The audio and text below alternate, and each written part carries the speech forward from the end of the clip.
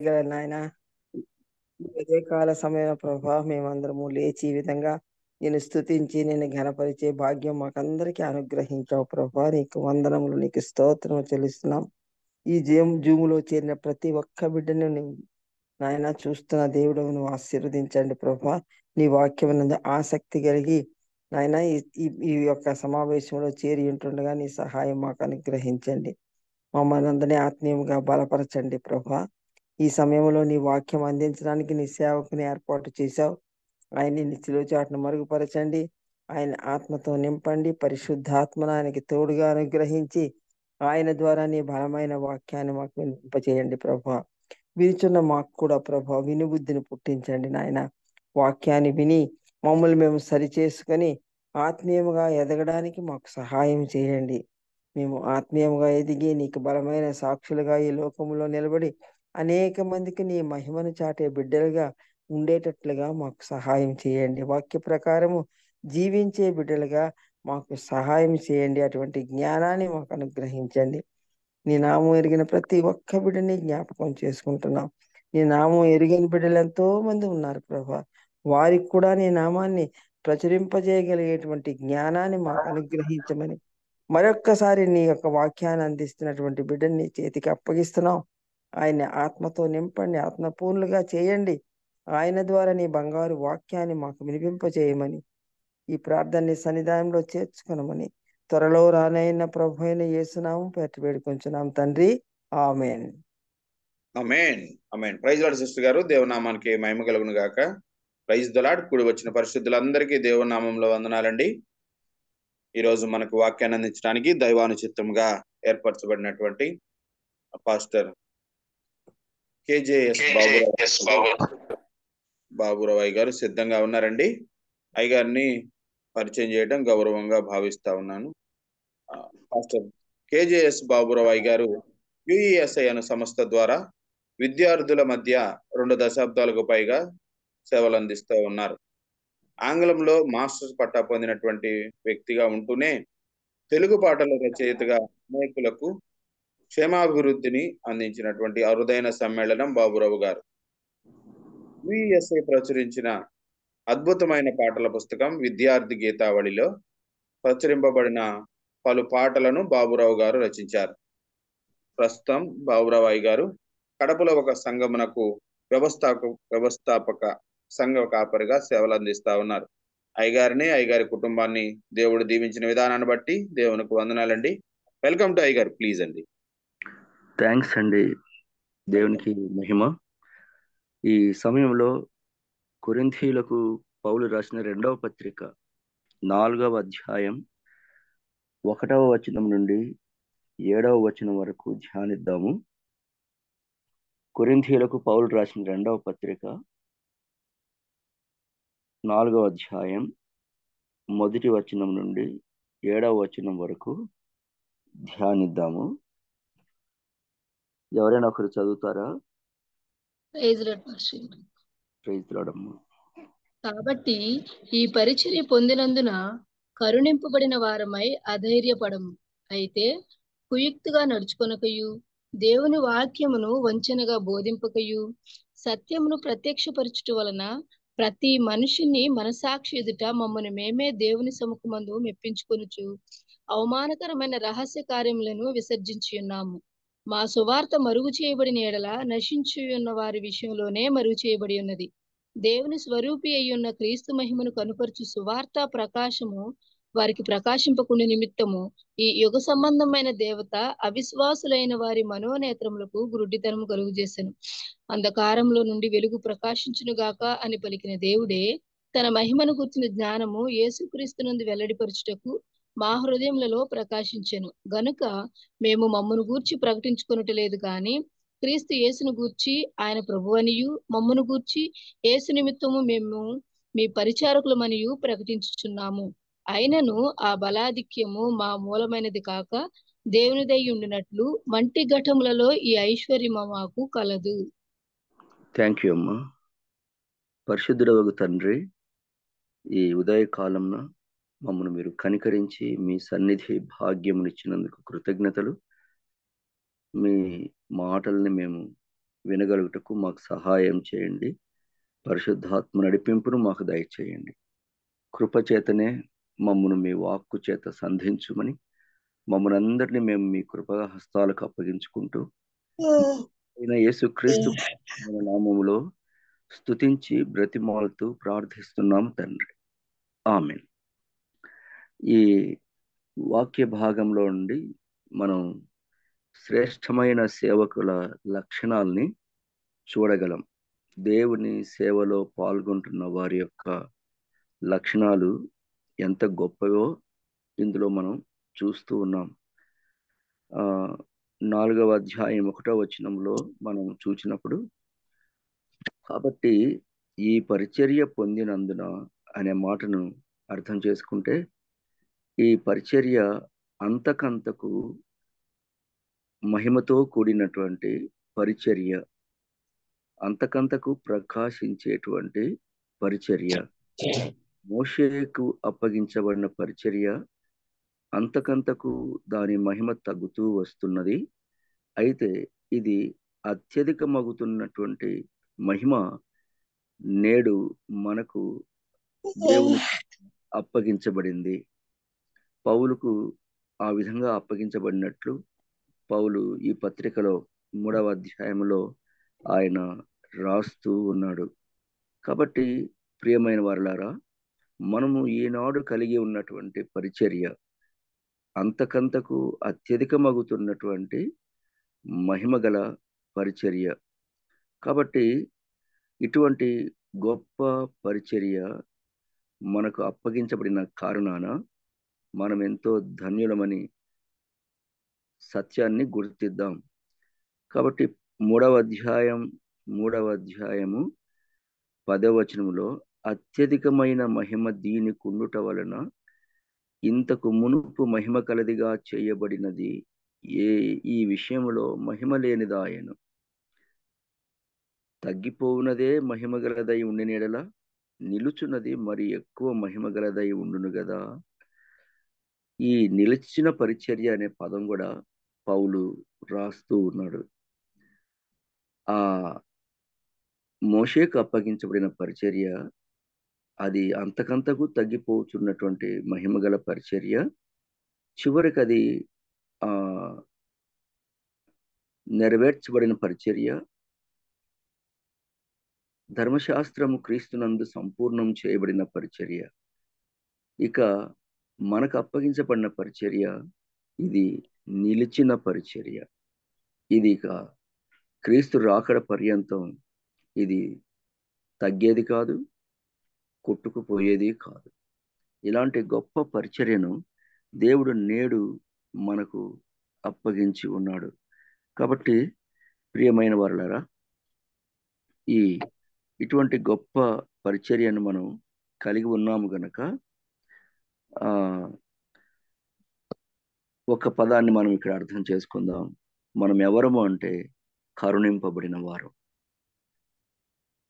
మనము కరుణింపబడిన వారు. కాబట్టి ఇది మనం ఏదో మన శక్తియుక్తుల్ని బట్టి, మన యొక్క జ్ఞానాన్ని బట్టి, మన స్క్రిప్చరల్ నాలెడ్జ్ని బట్టి, అంటే లేఖన జ్ఞానాన్ని బట్టి మనకు ఈ పరిచర్య అప్పగించబడలేదు. ఇది కేవలం త్రూ గాడ్స్ మర్సీ, కేవలం కరుణ ద్వారా, దేవుని యొక్క కనికరం ద్వారా మనకు ఈ పరిచర్య అప్పగించబడింది. కాబట్టి ఇక్కడ ఎక్కడ ఇక మన ఘనతలు కనపడవు, దేవుని కరుణ మాత్రమే కనపడుతుంది. పౌలు ఆ దినాల్లో గమలీయేలు పాదాల యొద్ద ఆయన లేఖనాన్ని ఔపోసన పట్టినవాడైనప్పటికీ ఆయన రాసిన మాట ఇది, కరుణింపబడిన వారమై అనే మాట అంటాడు. కాబట్టి అంత గొప్ప విద్వాంసుడు కూడా తన యొక్క జ్ఞానం అంతటిని, లేఖన జ్ఞానం అంతటిని పక్కన పెట్టి ఈ మాట వాడడం జరిగింది. నేను కరుణింపబడిన వాడని, కేవలం దేవుని కనికరం చేతనే, కృప చేతనే నాకు ఈ భాగ్యం దొరికింది. దేవుని సేవ చేసే భాగ్యం, అత్యధికమగుతున్నటువంటి నిలిచి ఉండేటువంటి పరిచర్యని దేవుడు నాకు అప్పగించి ఉన్నాడు అని పౌలు రాస్తూ ఉన్నాడు, మాకు అప్పగించి ఉన్నాడు అని రాస్తూ ఉన్నాడు అపోస్తలులందరికీ. కాబట్టి మేమిక ఏమాత్రం అధైర్యపడం. ఈ ధైర్యం చేత మేము ముందుకెళ్తాం. మాకు అప్పగించబడిన పరిచర్య దేవుని యొక్క మహిమ కలిగినటువంటి పరిచర్య. ఆ కారణాన మేము ధైర్యంగా ముందుకెళ్తాం సేవలో అనే మాటను ఆయన రాస్తూ ఉన్నాడు. ఇది త్రూ గాడ్స్ మెర్సీ అని మనం అర్థం చేసుకున్నప్పుడు we are saved by his mercy above all by his grace. ఇక రెండవది, we are given opportunities to work for him. ఆ తర్వాత we are given fruits and blessings thereof. కాబట్టి ఆ పరిచర్యలో ఉన్నటువంటి అవకాశాలని దేవుడు మనకి ఇస్తూ ఉన్నాడు. రెండవది, అందులోని ఫలాల్ని మనకి ఇస్తూ ఉన్నాడు. ఎంతో మంది రక్షింపబడ్డం, ఆత్మీయంగా బలపడ్డం, ఇవి మనం చూసే ఫలాలు. కాబట్టి ఈ విధంగా ఎంతో మంది రక్షింపబడ్డం, ఆత్మీయంగా బలపడ్డం, ఆ తర్వాత వారు సేవలో కూడా ముందుకు సాగడం, ఇవన్నీ మనం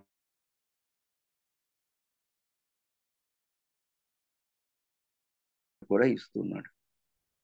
ఎవరిని కూడా సేవ చేసిన వారిని దేవుడు దీవించక మానలేదు. నేను ఆర్థికపరమైన దీవెనల గురించి మాట్లాడడం లేదు, కానీ మొట్టమొదట ఆత్మ సంబంధమైన దీవెనల చేత సేవ చేస్తున్న వారందరినీ ఆయన దీవిస్తూనే ఉన్నాడు. కాబట్టి ఏ కొదవలు లేని సేవను ఆయన ప్రతి ఒక్కరికి కూడా ఇస్తూ ఉన్నాడు. అందువలన ఈ పదం కరుణింపబడిన వారమై అనే మాటను నేను ప్రత్యేకంగా చెప్పదలిచి ఉన్నానన్నమాట. కాబట్టి ఈ విధంగా దేవుని కరుణ చేత మనకు సేవ చేసే అవకాశాలు వచ్చినాయి. ఆ ఫలాలను చూసే అవకాశం వచ్చింది. ఆ ఆశీర్వాదాలు కూడా అనుభవించేటువంటి ధన్యతను ఆయన తన కరుణ చేతనే ఇవ్వడం జరిగింది. కాబట్టి అందుకే ఆయన చివరిలో 7వ వచనంలో ఒక మాట అంటాడు, మంటి ఘటములలో ఈ ఐశ్వర్యము మాకు కలదు అంటాడు. కాబట్టి మనం ఎవరము అంటే కేవలం మట్టి కుండల వంటి వారం.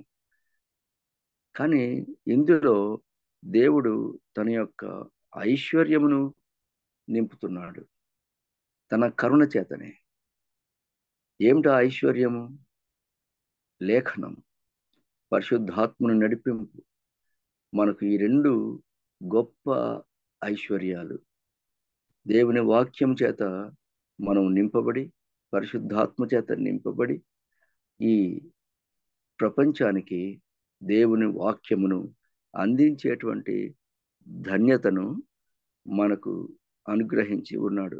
అందుకే 7వ వచనంలో ఏమంటాడంటే, ఆయనను ఆ బలాధిక్యము మామూలమైనది కాక దేవుని దయ ఉండున్నట్లు. కాబట్టి ఈ పరిచర్య చేస్తున్నాము మనము అంటే ఇది మన మూలమైంది కాదు, మన వలన కలిగినది కాదు. We are not the source of this ministry, but the very source of this ministry is God himself. ఈ పరిచర్యకు మూలం దేవుడే. మనం చేస్తున్న పరిచర్యకు మూలము దేవుడే.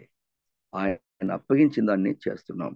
మనం మంటి ఘటాల వంటి వారం అయినప్పటికీ దేవుడు మనలో గొప్ప ఐశ్వర్యాన్ని నింపి ఉన్నాడు. కాబట్టి ప్రియమైన వారలారా, అందుకే మనం ఎంతో ఇక దీనులమై సేవలో ముందుకు సాగాలి, ధైర్యంతో ముందుకు సాగాలి. 2 పదాలు వాడుతున్నాను నేను ఇప్పుడు. మొదట పౌలు చెప్పినట్లుగా అధైర్యపడము అనే మాటను బట్టి ధైర్యంతో ముందుకు సాగుతాం.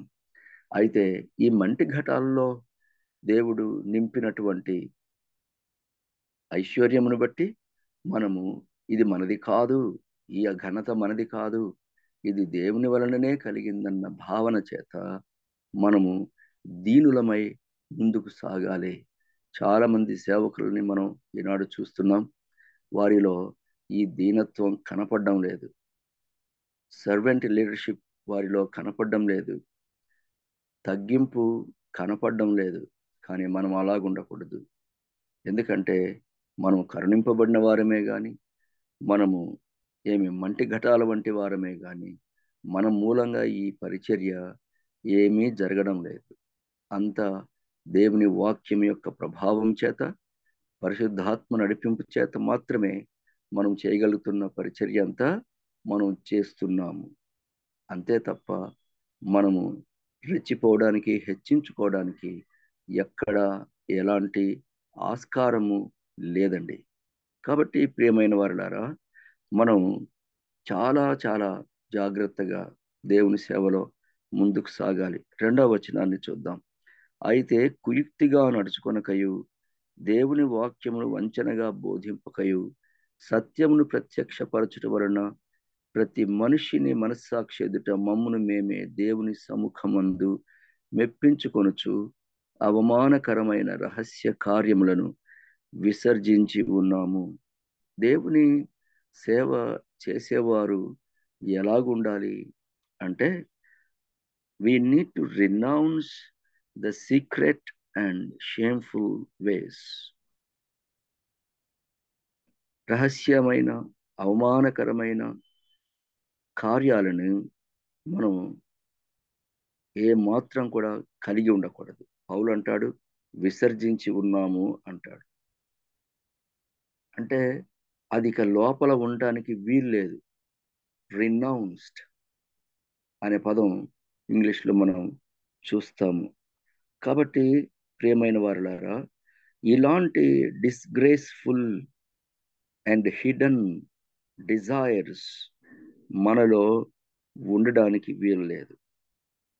అలాంటి కార్యాలు మనలో ఉండడానికి వీలు లేదు. విశ్వాసలోకం అంటే విశ్వాసులుగా ఉన్నవారు మనల్ని చూస్తూ ఉన్నారు, మనల్ని నిలువునా చూస్తున్నారు.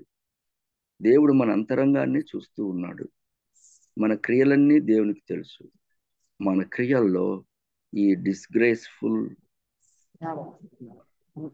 షేమ్ఫుల్ యాక్ట్స్ ఉండకూడదు. ఈ పాపాలు సేవ చేసే వారిలో ఉండకూడదు. ఇవి లేకుండా చూసుకుంటూ ఇంకొన్ని సేవలో ఉండేవారు చేయాలి. ఏమిటది? కుయుక్తిగా నడుచుకోకూడదు. We do not use deception అంటాడు పౌలు. ఏదో మోసకరమైనటువంటి పరిచర్య కాదు ఇది. మోసంతో చేసేదేమి కాదు. ఏదో వ్యాపారం కాదు ఇది. అయితే ప్రపంచంలో వ్యాపారంలో ఎక్కువ భాగం మోసమే ఉంటుంది. ఎన్నో రంగాల్లో మోసం కనపడుతుంది, లేదా కుయుక్తి కనపడుతుంది. ఇంగ్లీష్లో డిసెప్షన్ అనే పదం వాడబడింది. కాబట్టి ఇంగ్లీష్లో ఇంకో పదం ట్రికరీ అనే పదం కూడా వాడబడింది. ఎలాంటి ట్రిక్స్, ఎలాంటి డిసెప్షన్స్ ఇక్కడ కనపడవు.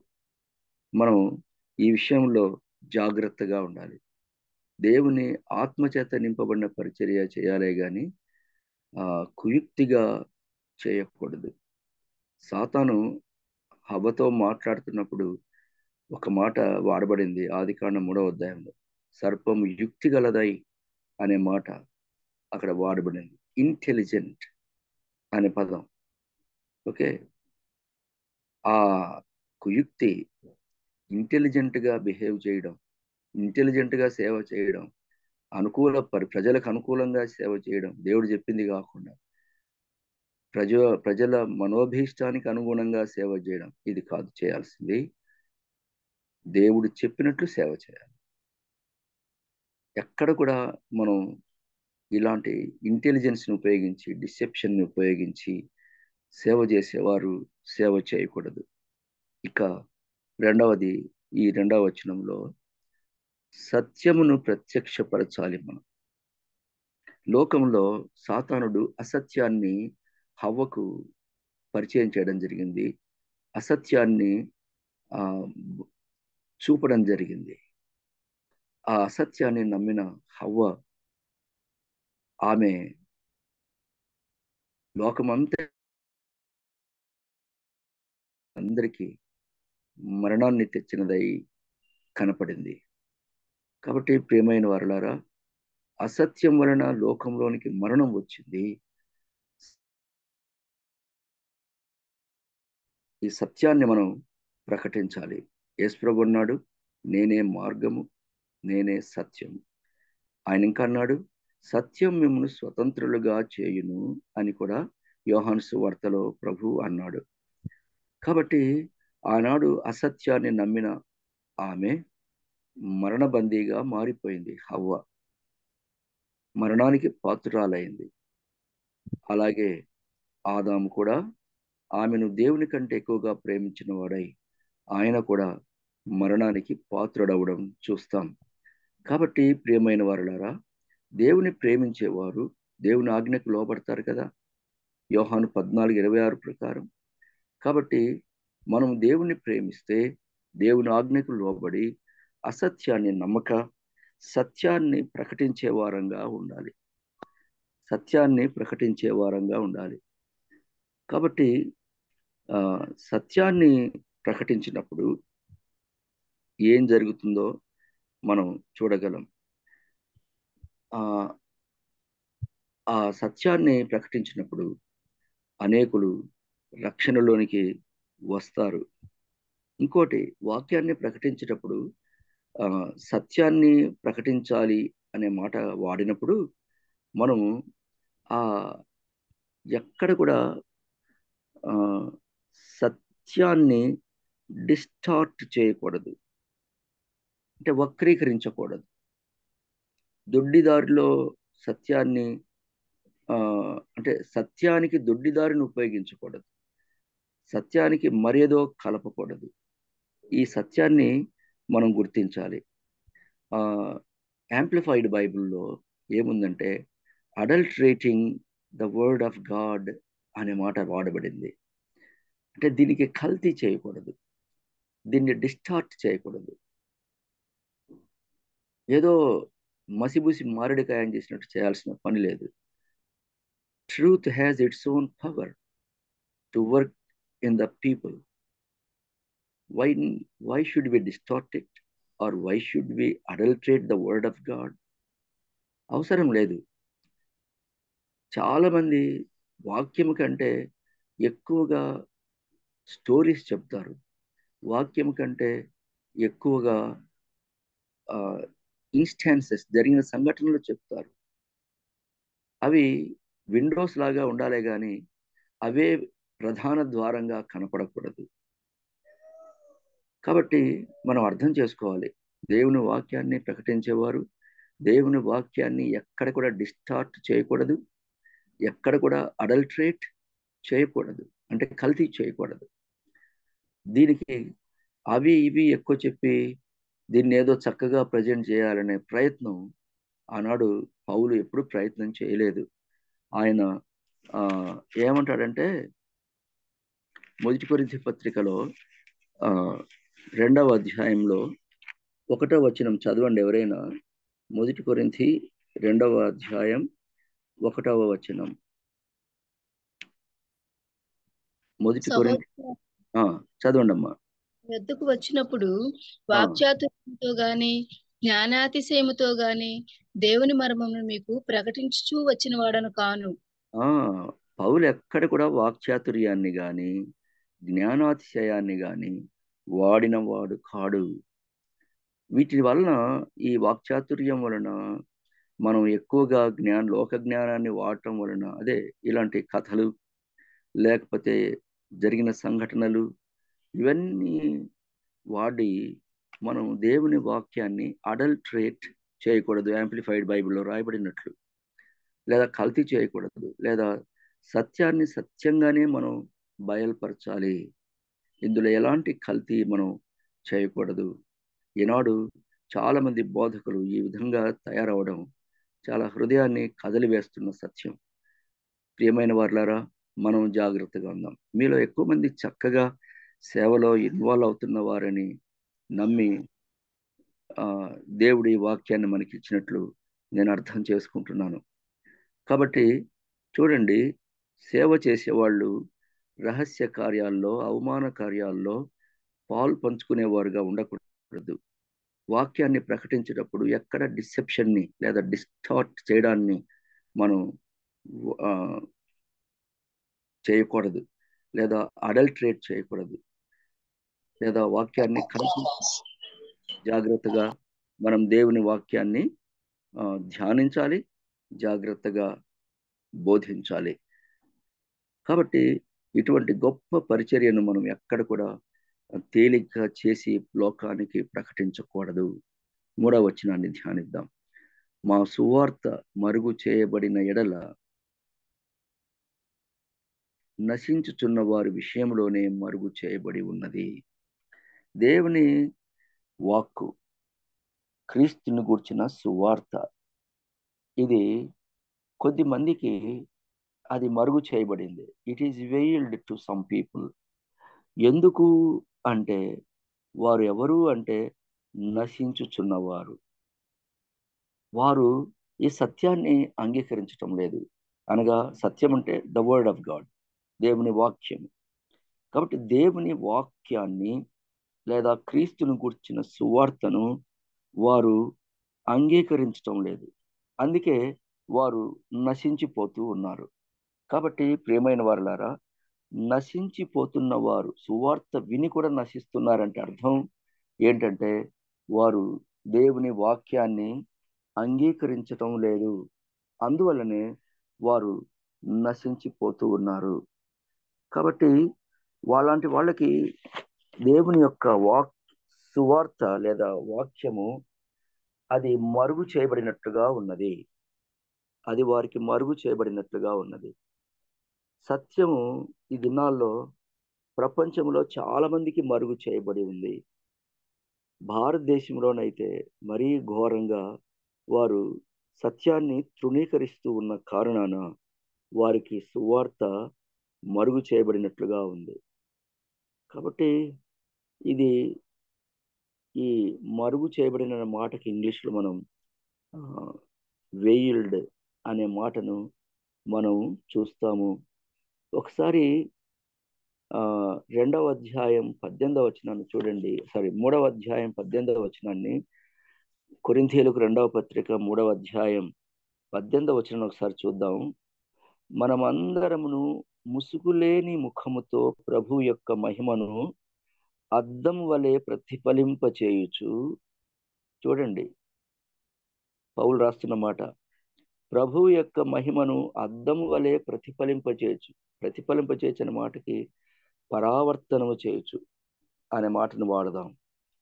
కాబట్టి we need to reflect the glory of God, glory of the Lord as it is in us, as it has fallen in us, fallen on us. అద్దం మీద సూర్యకిరణాలు పడితే ఆ గది మొత్తం వెలుగుతుంది. మన జీవితాలలో క్రీస్తు యొక్క మహిమ ప్రకాశించినప్పుడు ఇక అక్కడ అది మరుగు చేయబడి ఉండదు. గది లోకమంతటికి అది కనపడాలి. కానీ మన దగ్గర నుండి అది పరావర్తనం చెందుతున్నా కూడా క్రీస్తు యొక్క మహిమ మనం అద్దం వలె ఉన్నప్పుడు, క్రీస్తు యొక్క మహిమ మన మీద పడినప్పుడు, ఆ మహిమ పరావర్తనము లోకానికి పరావర్తనం చెందినప్పుడు, కానీ చాలా మంది ఎందుకు రక్షింపబడడం లేదు అంటే వారి హృదయాలు కఠినం చేయబడ్డాయి. వారు ఆ వెలుగును, ఆ రిఫ్లెక్టెడ్ లైట్ని, రిఫ్లెక్టెడ్ గ్లోరీని వారు అంగీకరించలేని పరిస్థితులలో ఉన్నారు. కారణం ఏమిటి అంటే సాతాను వారి మనోనేత్రాలకు గ్రుడ్డితనము కలగజేసి ఉన్నాడట. ఎందుకు వారికి మరుగు చేయబడింది ఈ సత్యము? ఎందుకు వారికి మరుగు చేయబడింది దేవుని వాక్యము అంటే వారు సాతాను చేత గుడ్డివారుగా చేయబడిన వారుగా ఉన్నారట. అందుకే గుడ్డివారికి వాళ్ళ ఎదుట లైట్ ఎంత రిఫ్లెక్ట్ అయినా ఏమి కనపడుతుంది? ఏమి కనపడదు. ఇప్పుడు లోకము సాతాను చేత వారి మనోనేత్రాలు, లోకం యొక్క మనోనేత్రాలు అంధకారం చేయబడినప్పుడు మన నుండి వెలుగు ఎంత ప్రకాశించినా, మన నుండి వెలుగు ఎంత రిఫ్లెక్ట్ అయినా ప్రభు యొక్క వెలుగు లేదా మహిమ వారికి కనపడదు. అందుకనే వారికి అది మరుగు చేయబడింది. అసలు కారణం ఎవరు అంటే సాతానుడు. వారి మనోనేత్రాలకు గురుడితనం కలుగజేసి ఉన్నాడు. అదే 4వ వచనంలో దాన్ని మనం చూస్తాం. దేవుని స్వరూపి అయి ఉన్న క్రీస్తు మహిమను కనుపరచు సువార్త ప్రకాశము వారికి ప్రకాశింపకుండా నిమిత్తము ఈ యుగ సంబంధమైన దేవత అవిశ్వాసులైన వారి మనోనేత్రములకు గురుడితనము కలుగజేసెను. అందువలన ఈ సత్యం వారికి మరుగు చేయబడింది. అందుకే మనం ఏం చేయాలి? First we need to pray for those that are blinded by Satan. సాతాను చేత గ్రుడ్డివారుగా చేయబడిన వారి కొరకు మొదట మనం ప్రార్థన చేయాలి. వారు ఆ మనోంధకారము నుండి విడిపించబడేటట్టు ప్రార్థన చేయాలి. ఆ విధంగా వారిని సాతాను యొక్క మనోంధకారం నుండి విడిపించిన తర్వాత ప్రార్థన ద్వారా అప్పుడు వారికి ఈ సత్యాన్ని ప్రకటించాలి. క్రీస్తు యొక్క సువార్త ప్రకాశమును వారికి మనం ప్రసరింప చేయాలి, ప్రచురించాలి. అప్పుడు వారికి ఈ సత్యం అర్థమవుతుంది. అప్పుడు వారు రక్షింపబడతారు. కాబట్టి ప్రియమైన వారలారా, unless there is a prayer for the blinded people in the world, there is no use of reflecting God's glory in and through and from us. కాబట్టి సత్యాన్ని అర్థం చేసుకోండి. లోకము అంధకారంలో ఉంది. అలాంటి వ్యక్తుల కోసం మొదట మనం ప్రార్థన చేయాలి. వారు సాతాను యొక్క అంధకారం నుండి విడిపించబడేటట్టు వారి కొరకు మనం ప్రార్థన చేయాలి. అప్పుడు మాత్రమే వారు ఈ సత్యాన్ని, ఈ ప్రకాశ సువార్త ప్రకాశమును లేదా ఈ వెలుగును, దేవుని యొక్క క్రీస్తు యొక్క మహిమను వారు గ్రహించగలరు. ఆ 18వ వచనం 3వ అధ్యాయం 18లో ప్రభువు యొక్క మహిమను అనే పదం చూస్తాము. ఈ 4వ అధ్యాయం 4వ వచనంలో క్రీస్తు మహిమను కనుపరచు సువార్త ప్రకాశం.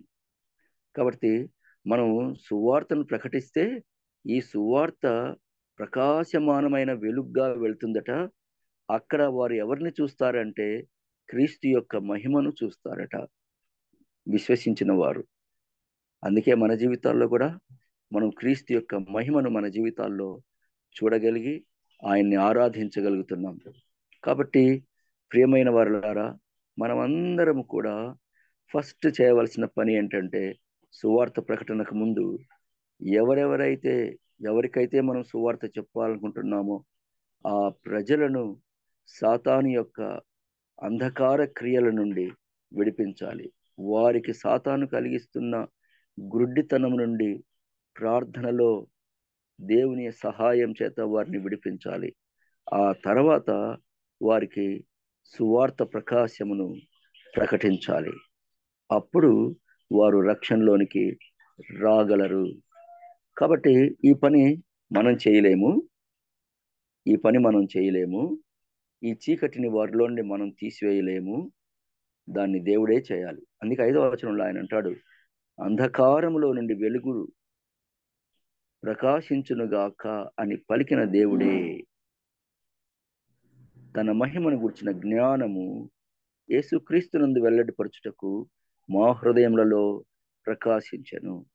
కాబట్టి అంధకారంలో నుండి వెలుగు ప్రకాశించునుగాక అని చెప్పిన దేవుడికి మాత్రమే మనోంధకారంలో ఉండే వారందరిలో వెలుగును ప్రకాశింప చేయగల సమర్థుడు. ఆయనను వేడుకోవాలి.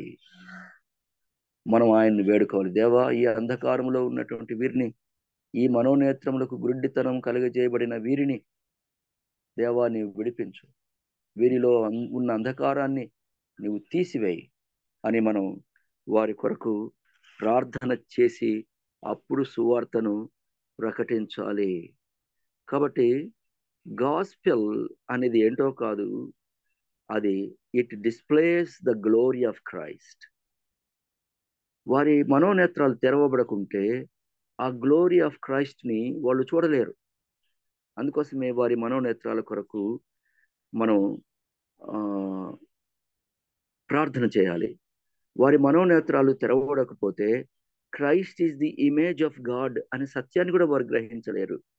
అందుకని ఇక్కడ చూడండి 4వ వచనం ఆరంభంలో, దేవుని స్వరూపి అయి ఉన్న క్రీస్తు, Christ is the very image of God. Hebrew పత్రిక 1వ అధ్యాయం కూడా ఆ సంగతి చూస్తాం. హెబ్రీ పత్రిక 1వ అధ్యాయం ఎవరైనా తీసి చదువుతారా? 3వ వచనం. హెబ్రీ పత్రిక 1వ అధ్యాయం 3వ వచనం. Can anybody read it out?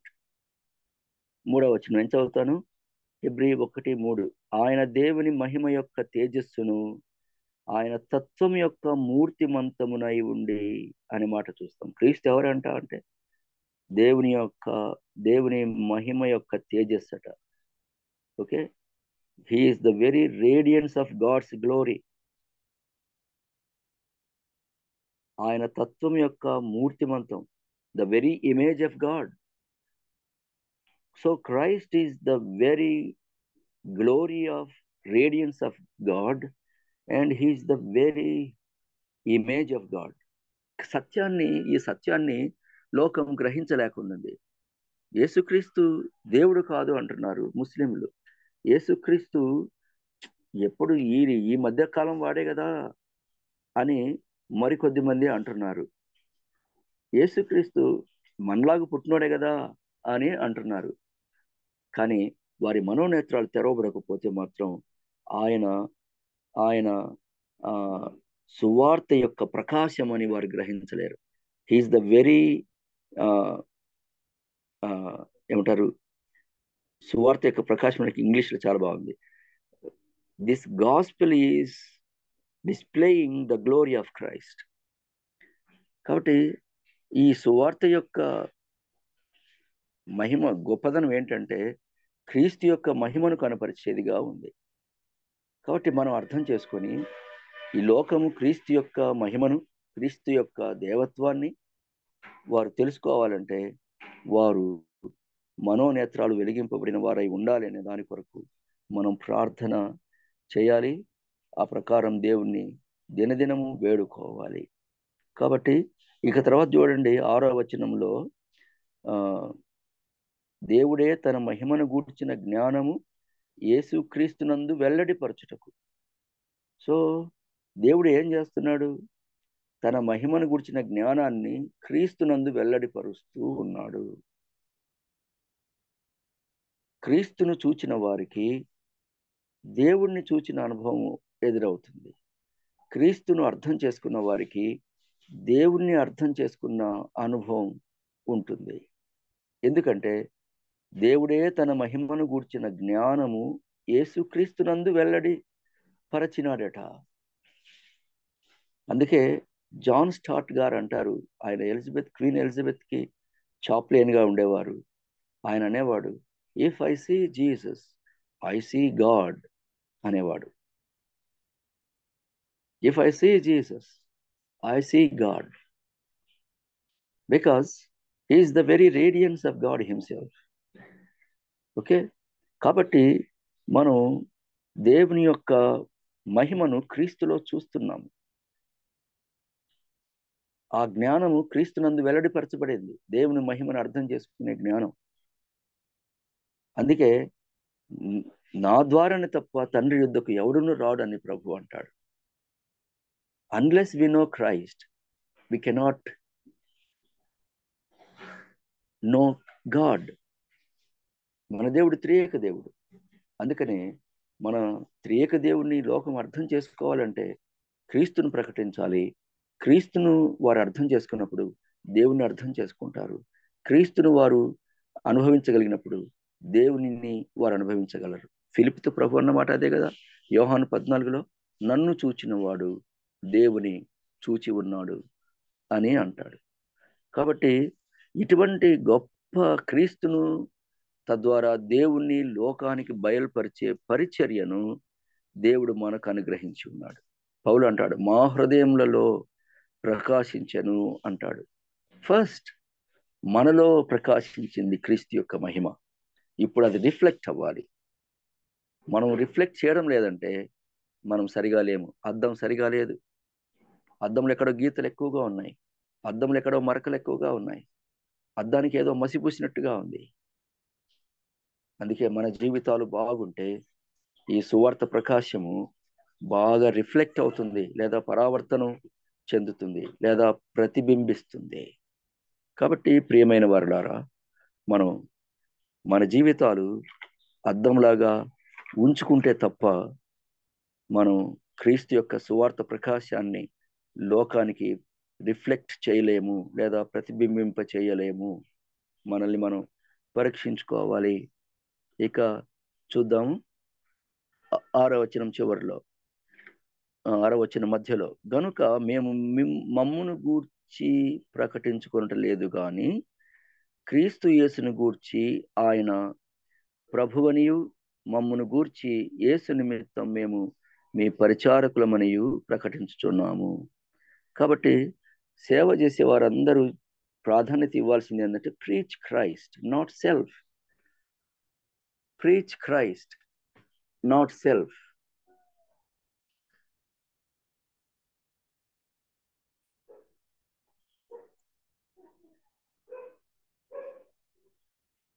ఇది మనం అర్థం చేసుకోవాలి. We need to preach Christ. మన గొప్పలు చెప్పుకోవడం కాదు, మన ఘనతలు చెప్పుకోవడం కాదు. చాలా మంది వారి బోధలో వారు చేసినవన్నీ ఎక్కువ చెప్తుంటారు. Better we stop it. కానీ ఎక్కువ దేవుని వాక్యానికి ప్రాధాన్యత ఇవ్వడం మంచిది. మమ్మును గూర్చి ప్రకటించుకొనటం లేదు అనే మాటను పౌలు చెప్తాడు. We do not preach ourselves, but we preach Christ as the Lord. క్రీస్తును ఏమని ప్రకటిస్తున్నారు వాళ్ళు అంటే వారిని ప్రభువు అని ప్రకటిస్తున్నారు. అందుకే రోమపత్రికలో పౌలు ఆ మాట అంటాడు, అదేమనగా యేసు ప్రభువని నీ నోటితో ఒప్పుకొని దేవుడు ఆయనను మృతుల్లో నుండి లేపెనని నీ హృదయమందు విశ్వసించిన ఎడల నీవు రక్షింపబడదు అని అంటాడు. యేసుని ఏమని ప్రకటించాలి? మనం ప్రభువు అని ప్రకటించాలంట. ప్రభు అంటే మీనింగ్ ఏంటంటే కిరియోస్ అనే పదం గ్రీకులో వాడబడింది కొత్త నిబంధనలో. కిరియోస్ అంటే దాని భావం ఏంటంటే the great and powerful creator God who lead Israel from Egypt to Conan. గొప్ప శక్తిమంతుడైన దేవుడు ఆనాడు ఇశ్రాయేలీయుల్ని ఐగుప్తు నుండి కనానుకు నడిపించిన వాడే ఈ క్రీస్తట. That is true. కాబట్టి మనము క్రీస్తుని ఏమని ప్రకటించాలి అంటే ప్రభు అని ప్రకటించాలి. ఆనాడు ఇశ్రాయేలీయులు, రోమ్లో ఉండే ఇశ్రాయేలీయులు యేసుక్రీస్తుని నమ్మినప్పుడు ప్రభువు అని నమ్మినారు. అంటే ఆనాడు తమ పితరులను ఐగుప్తు నుండి కనానుకు నడిపించిన దేవుడు, తన మహాశక్తి చేత కనానుకు నడిపించిన దేవుడు ఈయనే అని వారు నమ్మడం జరిగింది. కాబట్టి ఈనాడు కూడా ఇజ్రాయెల్ ఈ సత్యాన్ని నమ్మడం లేదు. Even we need to pray for Israel. యూదులందరూ చాలా చాలా అభ్యంతరపడుతున్నారు క్రీస్తు గురించి. ఈ మధ్య ఒకతను అన్నాడు, 2000 సంవత్సరాల నుంచి ప్రపంచాన్ని నాశనం చేస్తున్నారు మీరు అని క్రైస్తవుల్ని ఉద్దేశించి ఒక యూదుడు అన్నాడు. మోషే అనే ఒకతను ఈ అమెరికా నుండి ఇజ్రాయెల్కి వెళ్ళాలి అంటే ఇజ్రాయెల్ విమానాల్లో ప్రయాణం చేయడట. ఆయన కేవలం ఇతర దేశాల విమానాల్లో ప్రయాణం చేస్తాడట. He does not consider Israel as a saved nation even today. Jesus Christ రావాలి, అప్పుడు రక్షింపబడాలి ఈ దేశం అని ఆయన ఇంకా ఎదురు చూస్తున్నాడు. క్రీస్తు రాకడ కోసం వారు ఇంకా ఎదురు చూస్తున్నారు. అది బాధాకరమైన సంగతి. కాబట్టి యూదుల కోసం కూడా మనం ఈనాడు ప్రార్థన చేయవలసిన అగత్యం ఉంది. We need to preach Christ as the Lord that led Israel from Egypt to Canaan. ఈ సంగతిని మనం అర్థం చేసుకోవాలి. ఇక్కడ ఒక మాట రాయబడి ఉంది. ఇక్కడ ఒక మాట తెలుగులో ఇంకో పదం చూద్దాం తర్వాత. యేసు నిమిత్తం మేము మీ పరిచారకులమనియు ప్రకటించుచున్నాము. ఇక్కడ రాయబడిన మాట ప్రకారం యాంప్లిఫైడ్ బైబుల్లో ఏముందంటే, we consider ourselves as your bond servants for Jesus sake. యేసుక్రీస్తు నిమిత్తము మనం ఎవరమంట అంటే బాండ్ సర్వెంట్స్ అంట, ప్రజలందరికీ సేవ చేసేవారం. అందుకే మనం ఎక్కడ హెచ్చులు పోకూడదు. పౌలు అంటాడు, సువార్త ప్రకటింపకపోయిన ఎడల అయ్యో నాకు శ్రమ అంటాడు. ఎందుకు అంటే, ఏంటి సువార్త ప్రకటించకపోతే ఆయనకి శ్రమ ఎందుకు అంటే ఆయన తనను తాను ఎట్లా కన్సిడర్ చేసుకున్నాడంట అంటే, తనను తాను ఒక బాండ్ స్లేవ్గా కన్సిడర్ చేసుకున్నాడంట. యేసుక్రీస్తుని యజమానిగా, ఆయనను ఒక బానిసగా, అంటే పౌలును తనను తాను ఒక బానిసగా, క్రీస్తుని యజమానిగా ఎంచుకున్నాడట. అప్పుడు ఆయన యజమాని అయితే, నేను ఒక బానిసనైతే ఆయన చెప్పింది చేయకపోతే నాకు శ్రమ, నన్ను ఏమైనా చేసే అధికారం ఆయనకుంది అని వాపోతాడు పౌలు. ఈనాడు సేవ చేసే వారికి ఈ బాధ, ఈ భయం కనపడడం లేదు. మనము క్రీస్తుకు బాండ్ సర్వెంట్స్ అని, ప్రజలకు కూడా బాండ్ సర్వెంట్స్ అని మనం గుర్తించకపోతే మనం దేవుని పని చేయము. మనం నిర్మలంగా ఉంటాం, మౌనంగా ఉంటాం, నిష్క్రియాపరత్వం మనలో ఉంటుంది, నిస్తేజంగా ఉంటాము, నిర్వీర్యంగా ఉంటాం.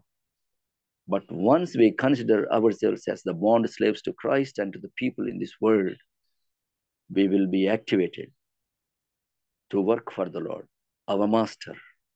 మన యజమాని అయిన క్రీస్తు కోసం పని చేయడానికి చక్కగా యాక్టివేట్ అయిపోతాం. అప్పుడు ఈ ఐశ్వర్యం, మనలో ప్రభువు నింపిన ఐశ్వర్యం, ఈ మహిమ ఘటములలో ప్రభు నింపిన ఐశ్వర్యం, ఈ సువార్త ప్రకాశం, పరిశుద్ధాత్మ యొక్క నడిపింపు అద్భుతంగా ఉంటాయి. కాబట్టి ప్రియమైన వారలారా, దేవుని సేవలో పాల్గొనే మనం అందరం ఇట్టి గొప్ప సేవను చేద్దాం. మన జీవితాల్లో దేవుని మహింపరుద్దాం. మహింపరిచినట్టు, క్రీస్తును లోకానికి పరిచయం చేసి దేవుని మహింపరిచినట్టు, ప్రభువును మహింపరిచినట్టు మనమందరం కూడా ఇట్టి గొప్ప సేవ చేసి ప్రభు మనకందరికీ అనుగ్రహించును గాక. Over to the anchor.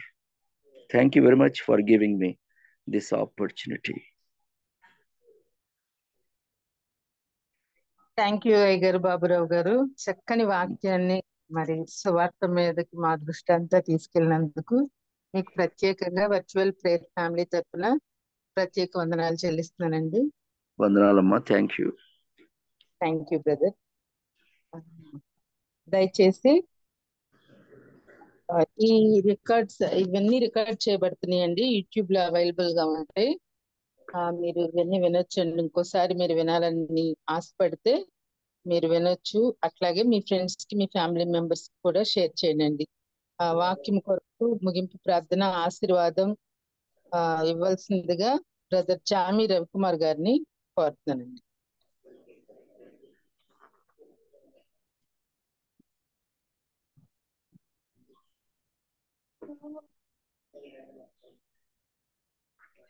ప్రార్థన చేసుకుందామండి.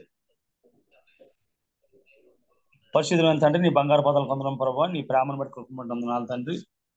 ఆ ప్రత్యేకంగా ప్రభావ పాస్టర్ కేజీఎస్ బాబు గారి కోసం ప్రత్యేకంగా ప్రార్థన చేస్తున్నాను తండ్రి. మీ దాసుని ద్వారా ప్రభావ, విత్తన దేవతన ప్రభావ, వాక్య విత్తనాలను బట్టి ప్రత్యేకంగా ప్రార్థన చేస్తున్నాం. సహాయం దయచేయండి. మా జీవితాల్లో ప్రభావ తండ్రిగా దేవుడిగా ఉన్న విధానాన్ని బట్టి ప్రార్థన చేస్తున్నాం ప్రభావ, సహాయం తెచ్చండి. ప్రభావ సువార్తను ఏ విధంగా బోధించాలో, సువార్తలు ఏ విధంగా ముందుకు సాగాలో నీ దాసుని ద్వారా ప్రభావ మాకు తెలియజేసిన విధానం బట్టి వందనాలు తండ్రి. వాక్యం కేవలం విని విడిచిపెట్టేవారుగా కాకుండా వాక్యానుసారంగా జీవించేవారుగా చేయమని ప్రార్థన చేస్తున్నాను తండ్రి.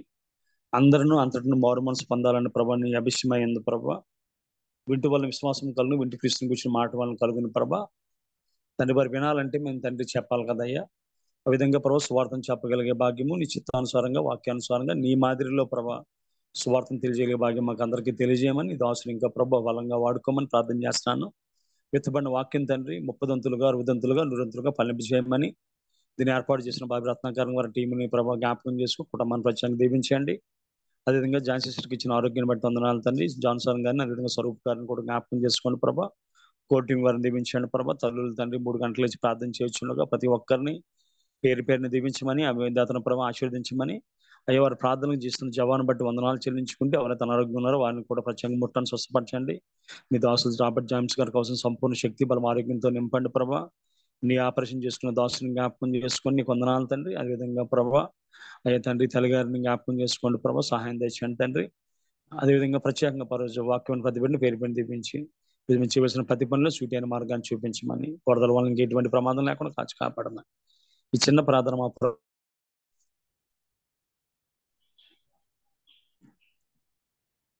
ఆమేన్. పరలోకం మా తండ్రి, నీ చిత్తం పరలోకమున భూమి నెరవేరును గాక. రాజ్యం వచ్చును గాక. పరలోకం మందిలాగా భూమి అందు నెరవేరును గాక. మాకు కావాల్సిన అనుదిన ఆహారం దయచేయము. మా ఎడల అపరాధము చేయ వారిని క్షమించినట్లు శోధన లేక రాజ్యం శక్తి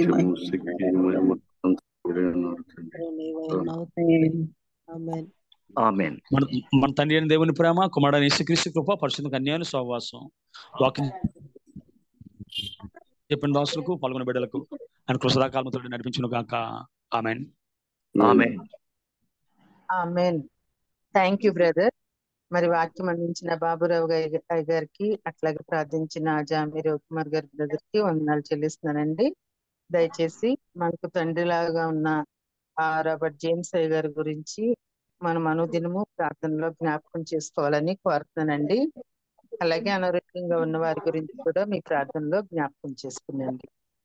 హ్యావ్ ఎ నైస్ డే అండి. జాయిన్ అయిన అందరికీ చాలా థ్యాంక్స్ అండి.